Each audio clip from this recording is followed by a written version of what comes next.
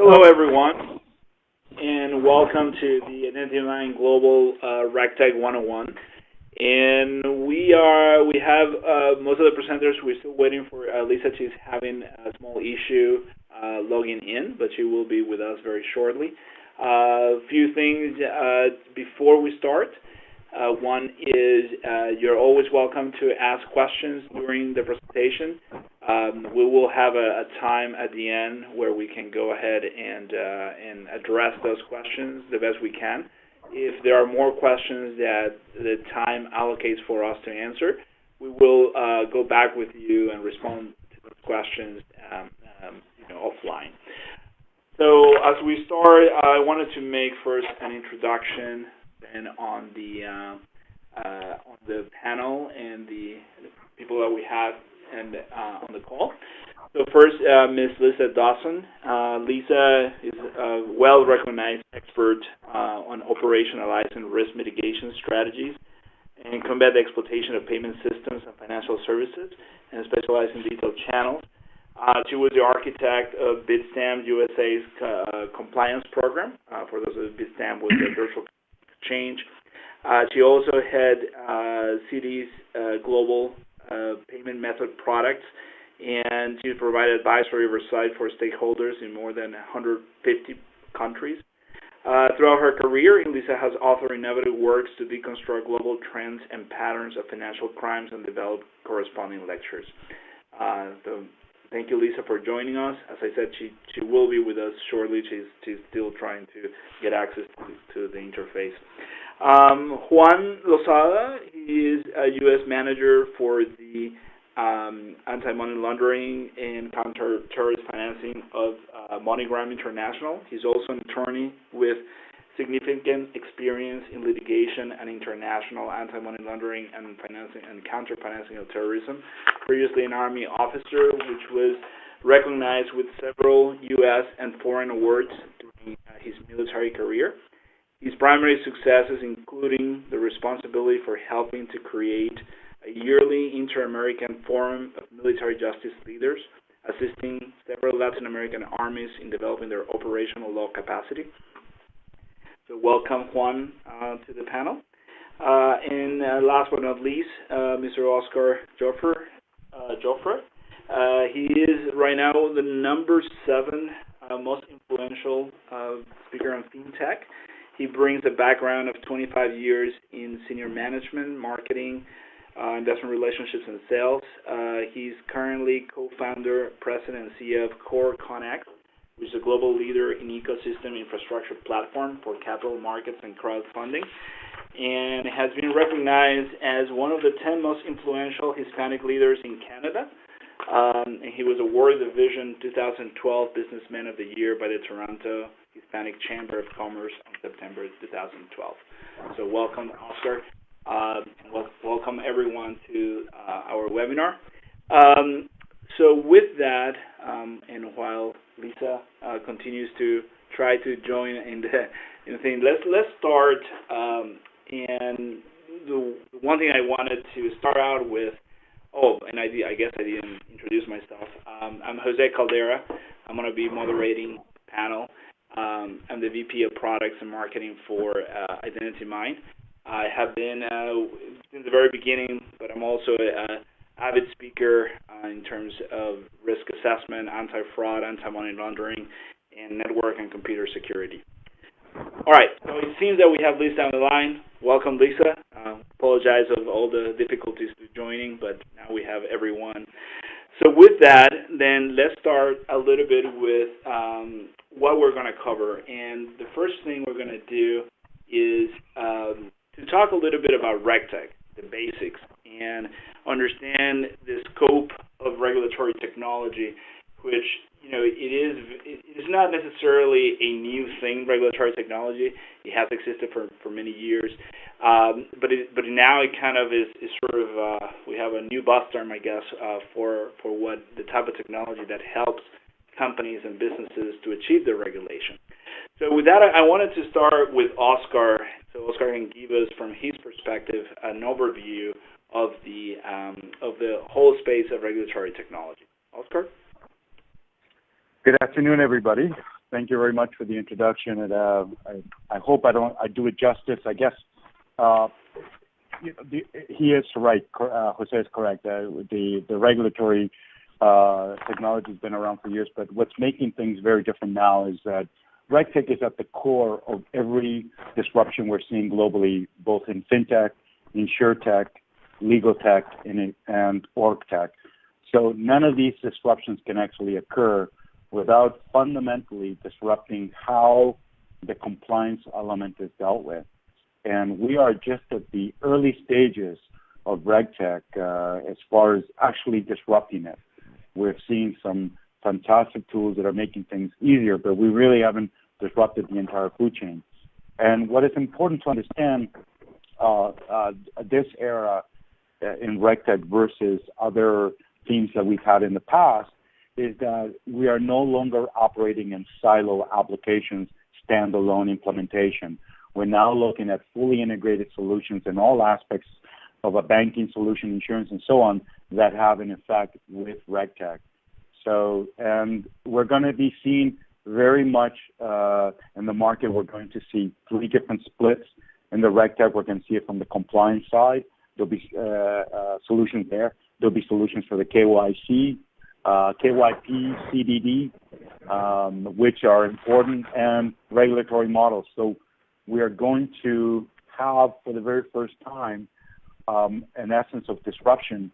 But again, it is the core of everything else.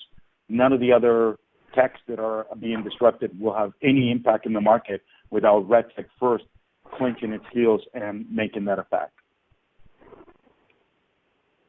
Yeah, and I think, Oscar, it is for those of us that are very tuning into all of this. I think it's very exciting seeing some of the trends and how companies and organizations are starting to look at the different aspects of that can provide. And one of the things that plays into this is how all the different parts, and different types of regulatory technologies can do. So you can go all the way from tax, from legal, from BSA, from consumer protections. So all of these regulations are starting to play together, and I think that is in line with what we were saying in terms of the cohesiveness and the opportunity to really work on that. Now, given the panel that we have today, and because we cannot really address every type of regulation, we really wanted to concentrate a little bit onto the Bank Secrecy Act type of compliance, which has to do with anti-money laundering, with the counter-financing of terrorism, with KYC and transaction monitoring and so forth.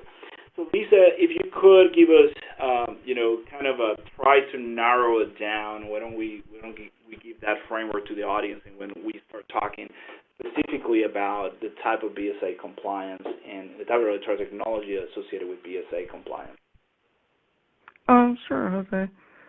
So if fintech, is very broadly with, I think, technology professionals looking at financial services that they could provide solutions for, I think we can look at Regtech as having compliance professionals become much more engaged in those technologies and the advancements that we can use in the compliance and regulatory related activities, and partnering with technologists in those areas. And as you pointed out, BSA is probably one of those areas, or BSA-related areas. One of those areas is probably in customer due diligence and the regulatory requirements around those, such as onboarding of customers. Another area would be enhanced real-time verifications in digital channels and the omni-channels that are very prevalent in services today. And a third would probably be in automating reporting solutions for Bank Secrecy Act reporting. So I think those would probably be the top three areas that we've been seeing. Yeah, automated reporting to me is one of the areas where I think we have a lot of road to go, and I think we're going to touch on that. I was talking yesterday to Juan as we were preparing for this webinar, and the topic of reporting came in, given for example what FCA is doing in the UK to fast drive reporting. So we'll talk about that in a little bit later. I wanted to give you the opportunity here to Juan to really talk about a little bit about as an introduction with how, from the practical perspective, right? When you're trying to look at again specifically BSA regulatory technologies. What are your thoughts in terms of the practicality of those implementations? I know that we're going to talk about the hurdles a little bit down the agenda, but I wanted to get sort of a high-level stance and view to the audience as to, what is the real practicality of these technologies for either a fintech organization or for a traditional financial organization. Sure, thank you, Jose. No, go ahead. No, I was just going to say, I apologize. I was going to ask a question, but I think one of the things I will consider is that this really, I agree. I'm in agreement that FinCEN and Regtech had definitely produced an amount of disruption, but I think some of the disruption had already happened after the financial crisis of 2008. I think we are talking about where regulations that really happened after 2008, not just in the United States but globally. I think you also got to look at that, as an incredibly disrupting event in terms of the business models. I think one of the challenges that a lot of the financial institutions are going to have, whether they are the more technologically savvy or the more legacy institutions, is just dealing with a new business model, which calls for really different requirements and a different level of interaction between business units. So I just wanted to comment on that. Yeah, and so Lisa, sorry, you wanted to add something?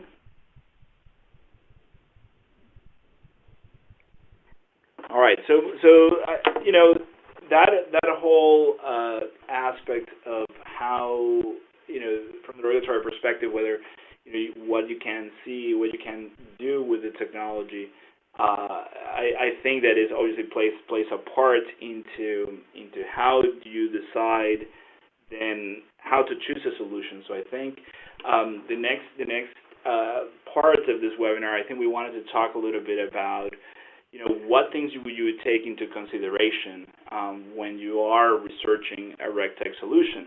And there are obviously many aspects of that move from the company side, the industry, what type of data you collect, what are your goals, and so forth. So Lisa, you brought up a great point. I think this is one of those that again, technology, as Oscar mentioned in his opening. But you also mentioned that as you were bringing in sort of this concept of omni-channel and the digital channel and how all these channels start playing together. So talk to us a little bit about that. So if you are in that type of situation in which you're looking at the different aspects of where the data is coming from and in your organization, how does that play then a role into deciding what type of technology you go with?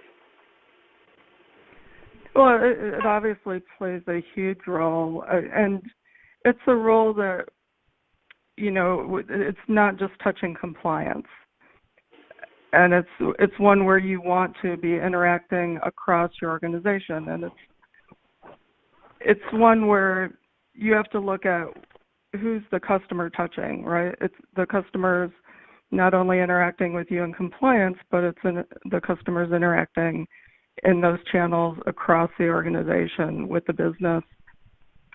There's opportunities across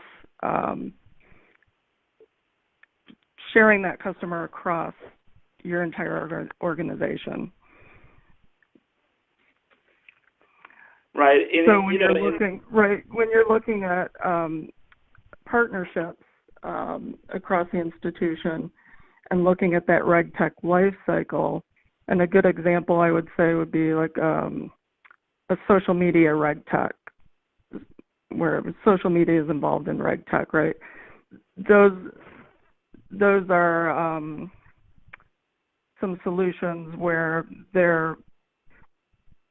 you want to look at how laws are being impacted with social media, how the data is being captured, how is it being used, how is it being analyzed, and how is it being retained.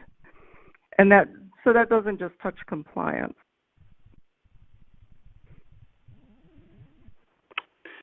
Right, and in fact, we have argued again in our conversations and also in some of the other materials that we have worked on is how this then, having this data, having this ability to cross channels in the organization really becomes a competitive advantage, or can become a competitive advantage for an organization that is looking at that. So when you put that into the context, obviously, then across and beyond BSA, right? It plays an important role. So Oscar, I know you have some specific thoughts about this leveraging of the data across silos organization and what the benefits of those are. So if you could help us also talk a little bit more about then how the rest of the organization and how they come together then to think about what type of solution they need. That's a great point. I mean, in the past, any compliance or any tool's been brought in has been looked at in a silo, and obviously today we're finally using words of efficiencies. Compliance has always been one of those silos that has stood alone. But unfortunately, no longer. I mean, compliance is right at the onboarding stage, right down to the back-end stage. So it's important that as you implement certain technologies or tools that you're looking at, either to build in-house or to work with third parties, is that you find one that plugs into as many of your in-house solutions so you don't have that duplication of effort. We're seeing that already in one side of it, not so much on the banking at the moment, but we're seeing it already on the investment banking side to reduce the burden of cost to a company going through a due diligence by purely streamlining compliance, making it centralized to be able to have the lawyers share that data and the findings of it and information, and to be able to bring the auditors, to bring the regulators. So that is fundamentally keeps everybody on the same page. There's no duplication of effort having to repay for that data once again. So this is the real change in Regtech, is that it's about looking at it as a whole and how it fits in with all the other pieces within the bank or any operational side of it, because compliance now moves directly onto the compliance. Lisa said it. Social media. Social media is at the end user level, but it has a direct effect on compliance right at the back end level. So you can't put a Regtech technology to fix one where the other one doesn't talk to each other. So and it kind of goes, Oscar, to the OCC's idea of responsible innovation, where you're looking at overall business processes as part of your business strategy, right? So you're not, like you said, you're not just looking at it as a compliance solution, but you're looking at what you're doing for your business strategy. Like you said, you're not looking at it as a siloed solution.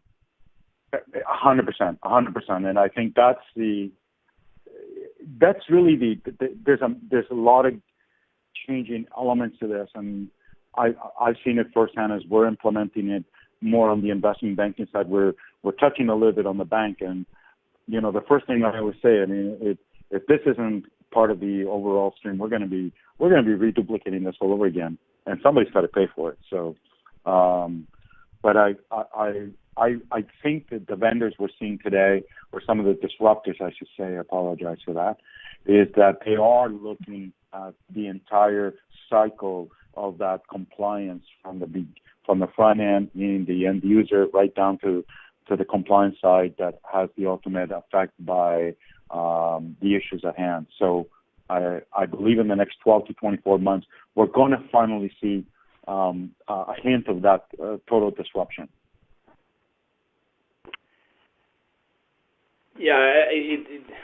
Without a doubt, I think even within our client base, it has been it's been very educational for us to work with them through this process, from the very small to the very large, and the challenges are different, obviously, between those types. You have on the fintech side, you have a very tech savvy, and they're building everything from the get-go, right? So their understanding of technology and how that fits and how that helps their business model is kind of even intuitive. Is sort of there is a very large synergy with that. And then you have, on the other hand, you have traditional financial institutions which have very complex legacy systems in place, and for them it's a little bit different in how they think about adopting regulatory technologies, and we'll cover that in a minute when we talk about the hurdles on that. But before that, as again, Juan and I were talking yesterday, and he brought a great point that we needed to look at another dimension, and that has to do when you're selecting a technology, and has to do with the global aspect of it, and the fact that we have different regulations in different countries, and we have things like we have in the U.S. we have FinCEN, where we have in Canada FinTrack, we have the directives in the European from the EU perspective. So Juan, help us see that and look at that point as you think about adopting a technology that when you have an institution that is global and it has global requirements. Sure, and I think that's a great point, Jose. I think most of the financial institutions obviously have correspondent relations in hundreds of countries, especially if we're talking about big banks. Now with the new requirements to actually having to look a little bit more closely, not just on the KYC aspects, but also on those correspondent accounts, that has created a new layer of complexity. And I think that definitely is something that when you're looking not just about, just trying to automatize not just how you follow U.S. law and the ever-changing U.S. requirements, because, you have obviously to worry about not just the federal regulations, but also the states have become a lot more active in this way. So, for example, the New York state financial regulator has actually come up with the new rules, and will be starting this year. Now, we are just talking about the United States. Imagine when you take that to a global level. I was listening to a great presentation from one of the international financial forums, and one of the things they were talking is they expect, they normally get about 44,000 regulatory changes per year. There is no possible way that without the use of technology, you're going to be able to keep up with that level of growth. So we're not just talking about scalability at the level of more customers probably entering the system because maybe get that push to get more people into banking, but we're also talking about just how fast regulations are changing at the global level, and how you can keep up with that many changes every single month in so many different places. Yeah, and that obviously is I think one of the when people recognize as to some of the difficulties and the hurdles to implement regulatory technology is really about how do you cater then towards all of those differences.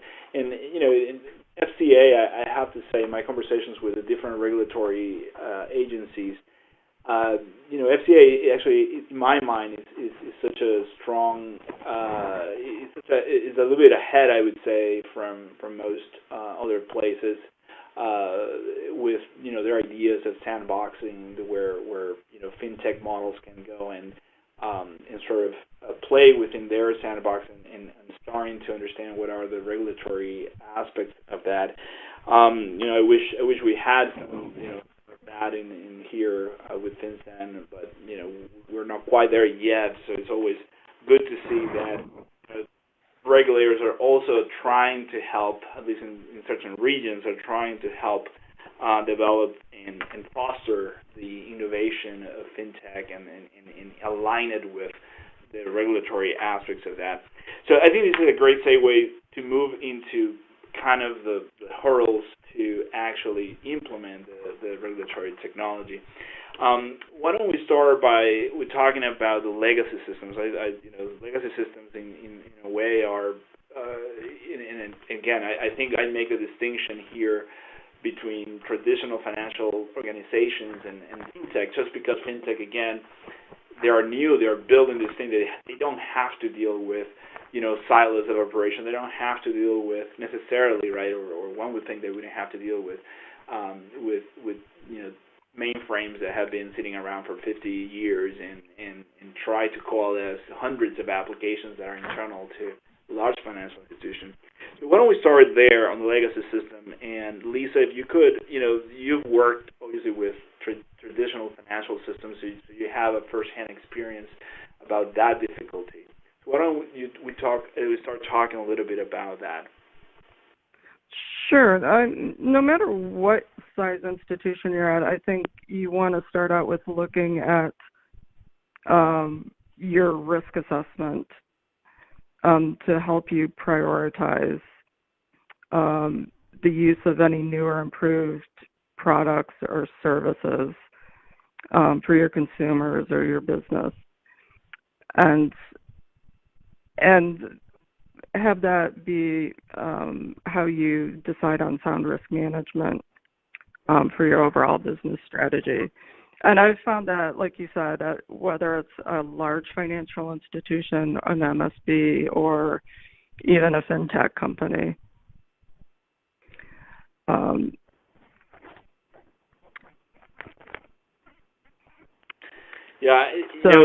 like you said, even from dealing with legacy systems where you have to do adaptations, or whether you're starting with something completely new. And that's something that regulatory authorities are going to look at too, is how are you managing your overall risk.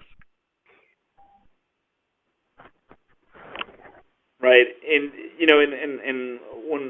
one of the things that came up that was also interesting in that concept of how you deal with legacy, right? And we were talking when we were having this conversation, we were talking about also different countries, right? That when we think about third world countries, and for example, we look at a booming economy like India, which has gone far faster because in a way some of the adoption of technology happened much faster, and some countries then have been able to sort of leapfrog, if you will, a little bit of this component of legacy systems. So, some of our clients in other countries have been able to make that transition a bit faster. So, in a way, the less sort of historical, if you will, deployment of systems could actually help those traditional institutions to move faster into this. Now, that leads, I guess, into one of our second kind of a hurdle here, which we talked about briefly, which has to do with regulators and regulations. Now, let's talk about the specific from the specific point of the examiners and the exams. And I think you had some key points yesterday about this, and if you could help us walk a little bit through that. And I think you alluded to that as we segue into this. But if you think about from the perspective of examiners, how do they view the adoption of regulatory technology as the right means to comply with those regulations? Sure. Well, a couple of things I wanted to mention. One, I do think, and I'm sorry, I'm going to progress a little bit to legacy system and tie it up and with this.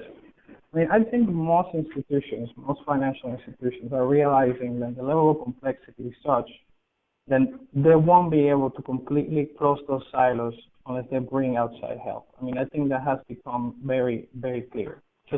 I think we are at that level. We need that level of specialization in order to really, truly meet the regulatory compliance. I think the regulatory compliance to survive in this regulatory compliance climate. I think that one of the challenges too is that now we're moving, and this is something I think is important we talk about from the regulatory perspective, to this personal liability model. And this is actually something I would say fairly new.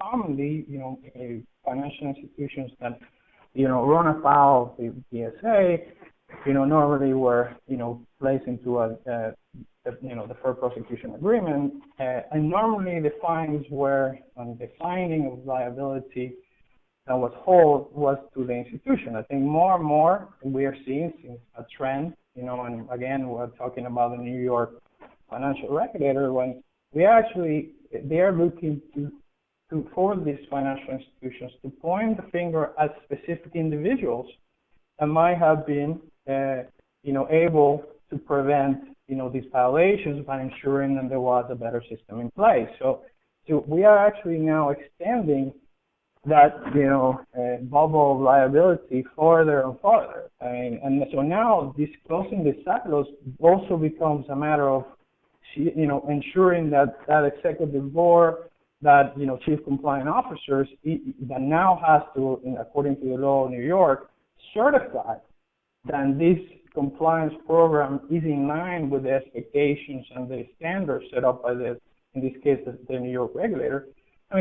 So that's kind of what we're seeing. So I expect this push to become global. I think the United States, as we all know, have been the forefront of many things that have been eventually pushed through, FATC and the World Bank. We have a tremendous amount of influence. We have started, the BSA is one of the pioneers when it comes to banking regulations and such. So I think what I expect globally is hopefully the United States will be moving a little bit more to the middle and maybe even getting a little bit closer to the FCA when it comes to finding a balance between the enforcement, and the need to prevent money laundering and to fight terrorism, but move a little bit to the middle where we're also considering how do we allow our fintechs, our financial sector to evolve and to adopt new business models and to really start competing at a global level even better,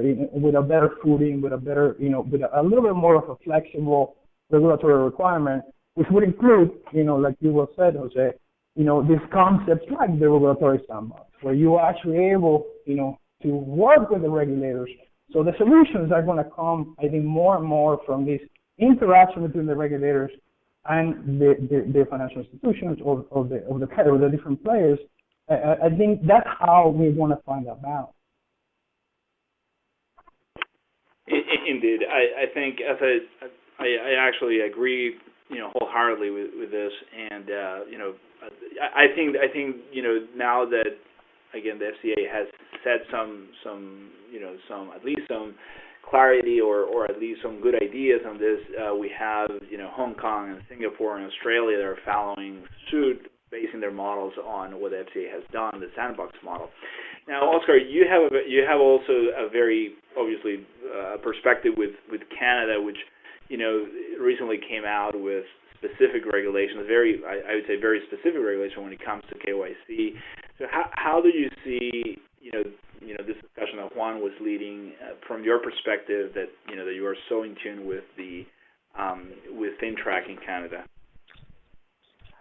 It's rather disappointing, but it shouldn't be surprising. So disappointing from the aspect of they're abandoning any type of digital authentication for KYC, which is backwards compared to the rest of the world. But they have given a workaround which we're going to be able to utilize. But it's not surprising when you consider why that happens. I mean, in Canada, we don't have the kind of competition that the rest of like UK, Hong Kong, Singapore, and other countries have. We only have 5 or 6 banks. That's it. So this is and they're opening branches everywhere. So they're becoming the brick and mortars out there. They're adding more and more every day.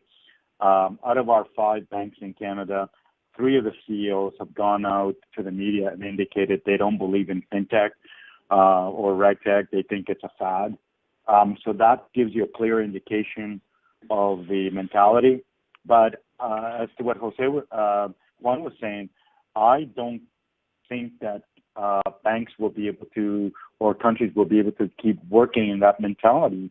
I think a perfect example, look what's happening in Singapore. The MAS opened it up 100% to the world to come in, to the DFCA.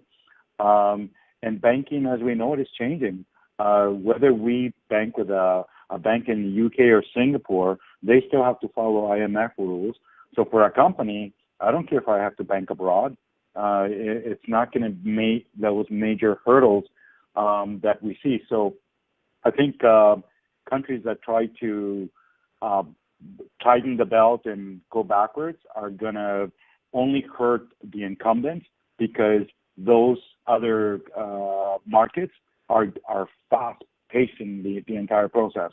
So I'm a big believer that when I said global footprint from a Regtech play, when people are building Regtech just for Canada or the United States and all that, without a consideration for the global marketplace, I hate to say this, but in a certain way, that's not the bigger picture, because you need to understand what InsurTech is doing, legal tech, fintech in all aspects, both in the banking, the alternative finance. Nothing is about the narrowness that we have today. It's about the ability to access more. So I'll give you one perfect example where Regtech plays a key role in accessing capital for small, medium enterprises worldwide. So countries around the world are opening it up for companies to access capital through these online platforms, and the platforms have to perform KYC, ID verification, AML. They have all those requirements, no different than a bank. And they're legally allowed to operate within their country or extended countries. So what's happening is we're already starting that global marketplace. So any Regtech player, that company that's actually providing a global scale solution to solve these problems is really going to be at the front end of this whole ecosystem that's emerging. So it's sad to hear from the Canadian side, but there is a workaround. Anybody interested in that can reach out to me. Because we're implementing it here in Canada, because it affected all our clients from doing KYC online, but it can be done. So they just made it a little bit harder. I don't agree with the rules that they actually put in place. So. Well, thanks for that. At least for that perspective, you touched on something that is so clear to us that has to do with, you can't just approach a single aspect of this, and you have to think globally. I think for also that provide technologies that are trying to solve these problems, you're going to see it very quickly from all the, I would say without a doubt, 80% of our clients have some form of global requirements and have to, abide by different regulations. So at least from a vendor perspective, it's very clear to us that you can provide a solution that does not take into account the global impact of this. So why don't we move forward with and then talk a little bit about, one of the areas which is consistent in every adoption of technology in general, but this is becoming sort of a daily conversation for us with our client base, regardless of again the smaller guys, the fintech guys, sort of kind of know about it, but it's still you would be surprised of how many also new companies still trying to struggle a little bit with understanding why going with a Regtech technology. So the buy-in from the board, from the management, from the executives is fundamental to get done this. So Lisa, I know you are very keen about this point. So why don't you start us here talking a little bit about that buy-in from management perspective. Sure. As I think we said, and Oscar put it very well, the customer is shared across the entire organization. So you want to look for those solutions where you can that are not siloed across the organization, and that's really key to getting buy-in from management for those hard-fought budgetary dollars.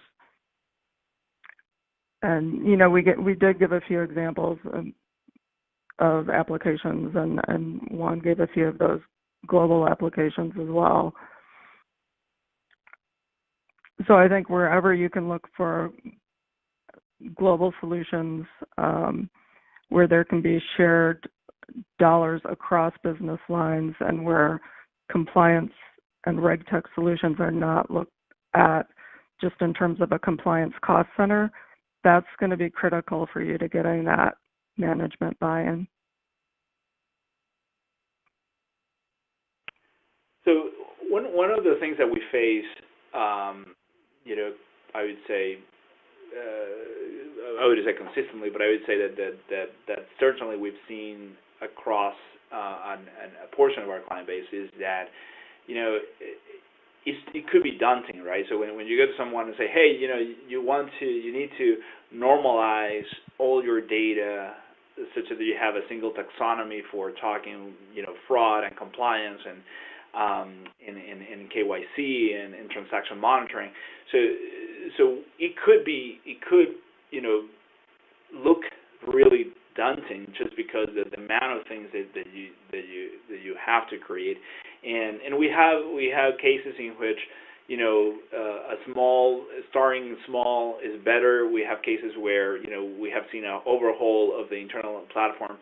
So give us a little bit of your thoughts, Juan, if you can, from the adoption perspective, how you approach that. I mean, how do you think companies are going through that process where they see the complexity of revamping the whole thing, or just starting small, if you will, into that? How do you see, and how because for us, every time that we say, okay, we can start small, then it has been easier to communicate that to management, right, as opposed to large. It can be right, and sometimes a company will want a solution to demonstrate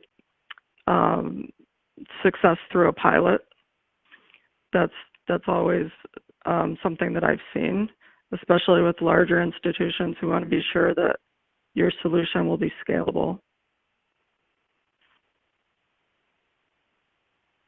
Right, and certainly scalability is probably one of those areas that we have to talk about, not only from the perspective of of the amount of data that you're starting to collect and the ability to leverage that data, and how technologies are playing, like machine learning and artificial intelligence and so forth, that help you digest some of the overwhelming amount of data that regulatory technologies are collecting.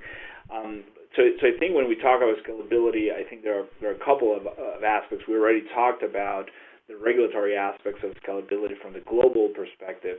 I think there's also issues with, or not issues, but challenges that have to do with the amount of data that is being generated and how you manage that data, either internally if you want to do that, or externally through vendors or so forth.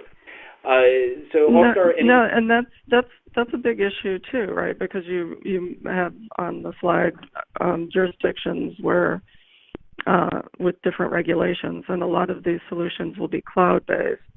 Now, some of the hurdles that we've run into in different jurisdictions are in terms of data management and like in terms of KYC data. Can KYC data be hosted in a cloud-based solution? So those are the types of questions that you'll need to ask for solutions, different solutions, and especially very critically when you're looking at the use of third-party vendors for a lot of the solutions, the due diligence on your third-party vendors. I'll say something I wanted to also fix on. I wanted to make a comment, and I was on mute, and I kept talking, and we moved from the slide number 3. I wanted to talk a little bit about go back to the last slide and talking about the buy-in from management. From my perspective, I think, most what we're seeing right now in this over-regulated environment that we're seeing, I think is, a lot of, at least in the MSB, world, you have the two biggest players, Western Union and MoneyGram, have both been, in deferred prosecution agreements. Western Union had one in Arizona with the Attorney General, which they just completed in July of last year. And MoneyGram is still in one with the Middle District of Pennsylvania, So I think that a lot, at least in the MSB world, a lot of these companies are realizing, hey, we either do it on our own pace and begin to invest on this, or eventually, it's going to be a lot more costly because we're going to get a monitor. Regulators have become a lot more sophisticated. And I think that management understands this. I mean, it has become, no question about it, a competitive advantage when you have a strong compliance program and it's closing in those silos. I think, and oftentimes, even monitors will rely heavily on new technology or Regtech companies to actually do the implementation of those new solutions, to improve those, compliance systems, So, I think that it really has become an issue of whether you do it on your own volition and make that investment or wait until the other shoe drops and eventually you're forced to do it, costing you a significant amount more because now you are also responsible for the cost of the monitoring, which, could be millions of dollars. So I think that this is something that might eventually lead to a consolidation in the industry. I don't know, because the cost sometimes could be significant. But I think that, talking about that, I think that has become a big incentive. Okay? I think also creating, along with that is while you're implementing these new systems, how do you really truly create that great culture of compliance in the organization? I think that that is crucial. You can implement all the technology that you want, but if you are not actually getting the different channels to buy in, not just for sharing of information and helping that Regtech company that you have hired, to provide those services, to build those systems. There needs to be that constant communication, not just among the compliance and the vendor, but also compliance and all other different business units talking together to build a system that can talk and to kind of eliminate silos. Okay, so that's on the buying for management. Now on the scalability, I think definitely. I was listening to Satya Maraju. He's actually the CEO of Droid, and he was talking about how complexity, in terms of the scale, and moving to the obstacle 4, the next slide. I think it really is not just about the tremendous amount of new data that we're getting. That's an aspect of it. Definitely volume and being able to react to that volume is important. But I think that the other part of the complexity we're talking about is creating systems using, artificial intelligence or machine learning or all these new great technologies to truly enhance the ability of human beings to do their job. We obviously are operating in an environment where we no longer can rely on just, having a spreadsheet, and it's just too much data. I think that that age when the human being could do this on his own, I think is quickly disappearing again because of the amount of volume of data we are receiving. So big data is not a new thing. It will continue to be a challenge. But again, the other part of the equation when it comes to this complexity in the scalability aspect also comes from the simple fact it is for an attorney specialized in let's say financial regulation, sometimes hard to interpret the regulation in one state, okay, and how, based on how those legislatures actually drafted that statute, it's hard to, so imagine the level of complexity that is added, when you, on top of having to deal with volume, have to deal with also trying to read and then implement, through a Regtech solution, a law that is not clear to a person that's specialized on this. And as we know, interpretations of statute will also change. a regulator might start, interpreting a law in one way, and then, it gets challenged in court, and then all of a sudden that law no longer applies the way initially was interpreted by the regulator. So how well those new systems are able to adapt and be flexible enough to be able to capture those constant changes. I think that will be the key. Yeah, I mean, I think you touch on so many very key aspects and key points.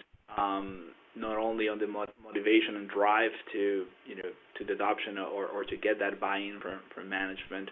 I remember always when we started in this world of VSA compliance, we had a very large effect into the virtual currency industry, and at that time people were still asking the question, do we need to be compliant? Do we need to have an AML program? And and I remember in the panel being at, I can't remember exactly where, but the difference is you like to be in an orange jumpsuit or not, right? I mean, you have to do it. So obviously a very good driver is the fact that enforcement actions are dropping, much more frequently and have much more visibility. So that definitely would get the attention of the buy-in of management.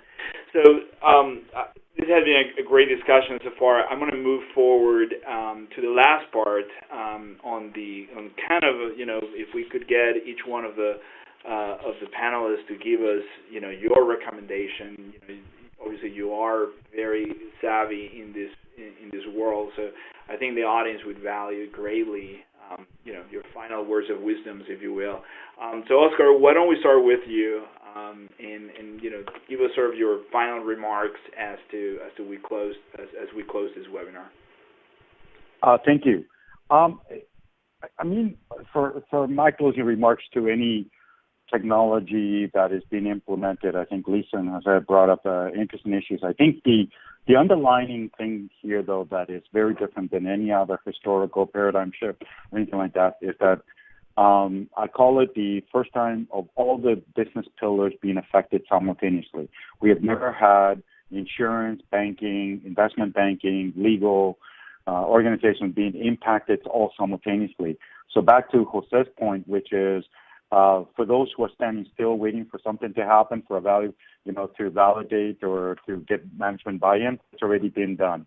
For those who are building solutions, pay attention. I think Jose and Juan and Lisa have said it, that, you can't operate, you can't build a solution that is just solving one bit of that overall aspect. Get the team, make sure you bring the expertise to your team that can bring you that background to understand what you're actually building to solve the overall problem. Because those are the solutions that companies are going to buy, whether it's institutionally based like banks or companies that are just getting started and want to compete.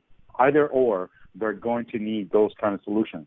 And we're starting to already see the Regtech market being split up in the players. And it's great that there's a lot of people out there all over the world building solutions from the UK, Germany, Canada, US.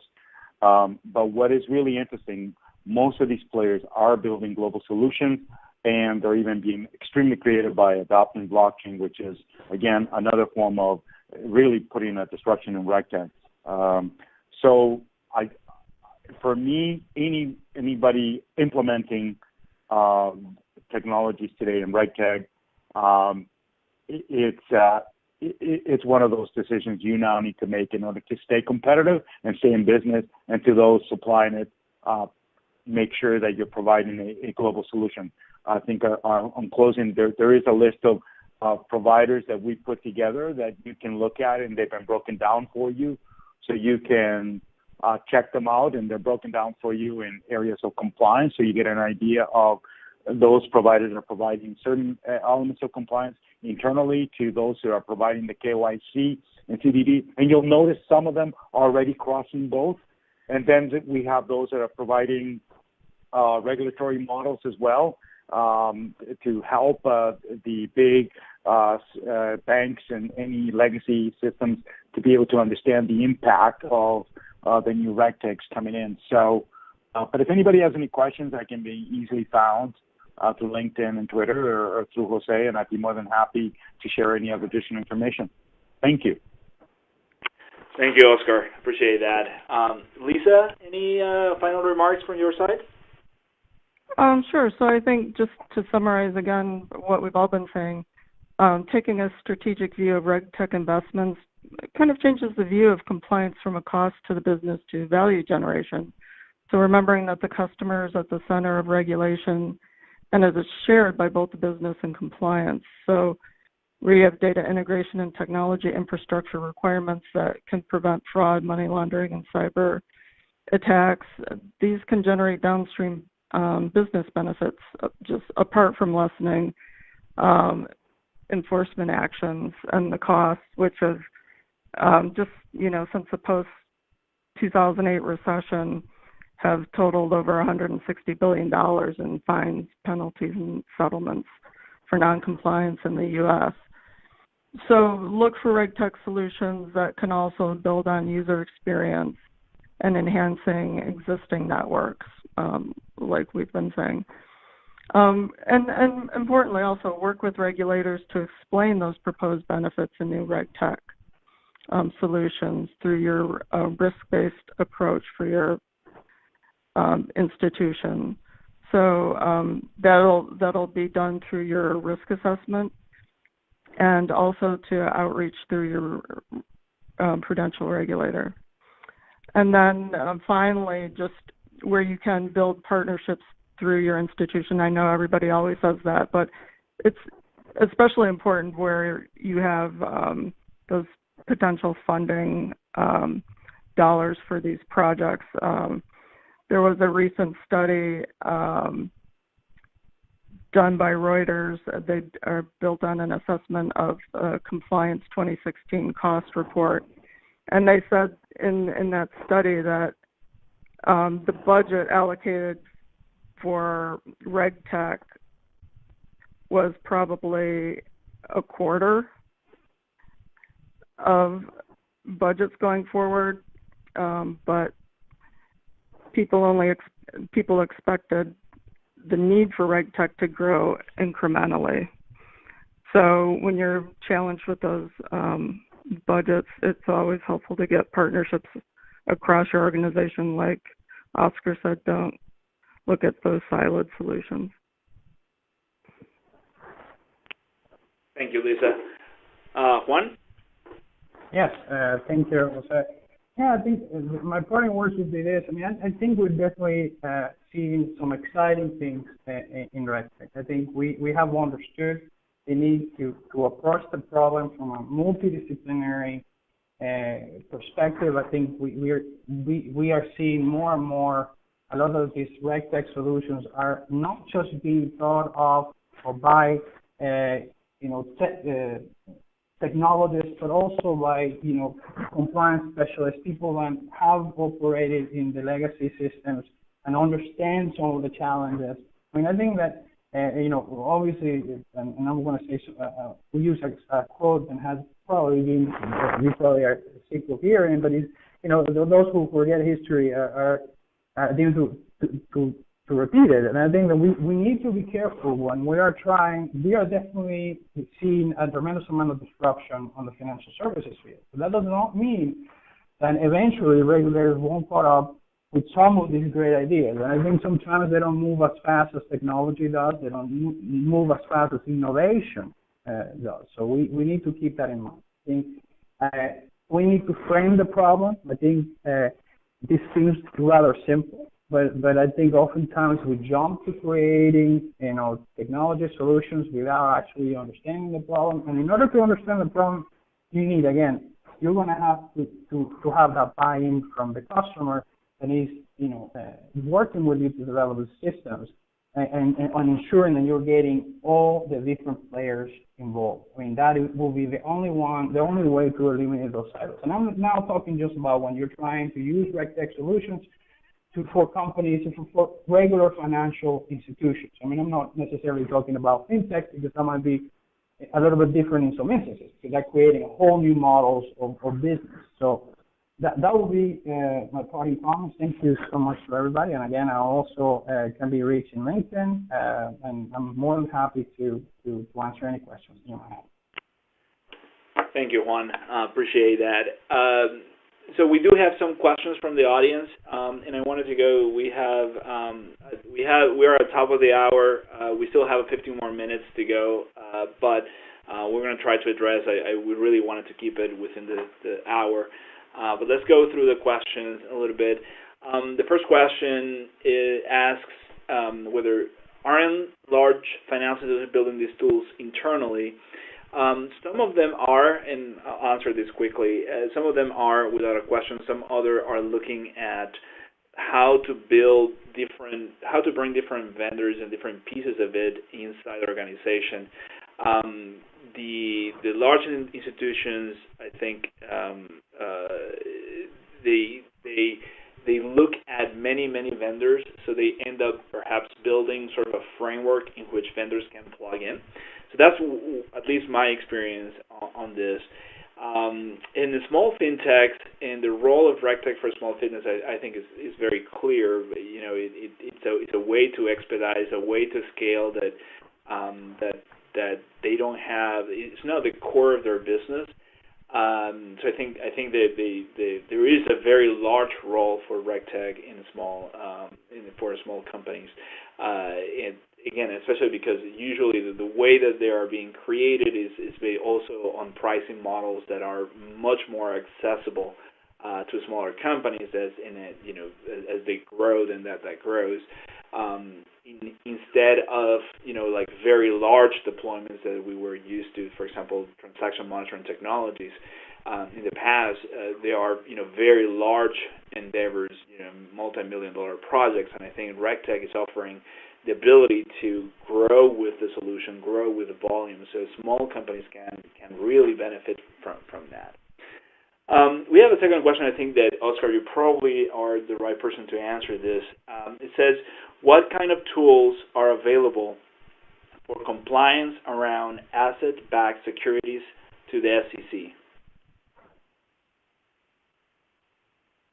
Well, the list is endless. So, I do have a sheet that you can discuss with certain vendors. They're both out of the UK and the US.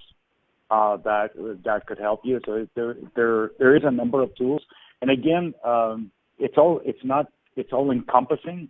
So I want people to understand that it's taken into effect the entire ecosystem of asset-backed securities.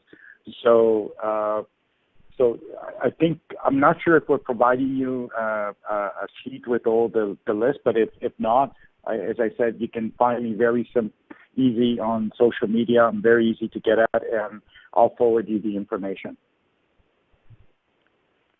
Thank you, Oscar. We have another, I guess, two-part question. Let's start with Lisa. So are there already Regtech companies which set standards across the banking industry, or are we rather still in an early try and error stage? I'll take a shot. I'll answer first. Yeah, go ahead. Sure. I mean, what I'm seeing right now is there's a few players that want to become the standard, of course. I mean, that's natural with any startup in this space that they want to take the leadership. The challenges they're going to deal with, back to what Juan was saying earlier, they're going to be able to standardize in countries like Singapore, Malaysia, Thailand, and so on. But that doesn't necessarily mean that they can bring that same concept down here, right? So what we're going to see is we're going to see some regional players emerge very big, very quickly in very open environments. And therefore, they could lead the pack. But at this stage, most of them are applying their tools in open markets where they're more open to the idea of having a dominant player providing standards. And we're starting to see that in other jurisdictions. Well, I think that answers. Juan or Lisa, do you have anything to add to this? I would agree with that, and I would also just say, the same concerns always apply when you're looking at solutions in terms of auditing those solutions as a vendor. And, you know, they may be very strong in one country, like you just said, but you want to make sure that they're providing exactly what you need in all of the countries where you're doing business. Yeah.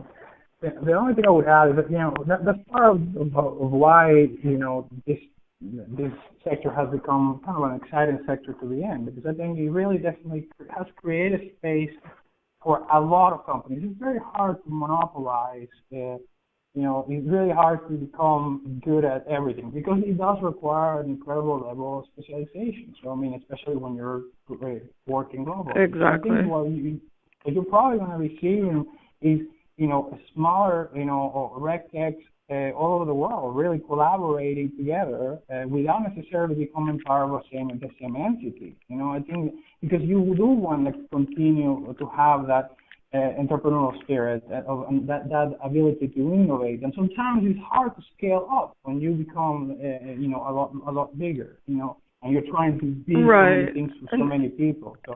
And what you might see are some companies who aggregate services of other companies. And I think I've seen that especially in the KYC and CDD due diligence areas, where you'll have kind of an aggregator company who takes in sub areas from other tech companies to provide the total solution. I don't know if Oscar and Juan, you've seen the same thing.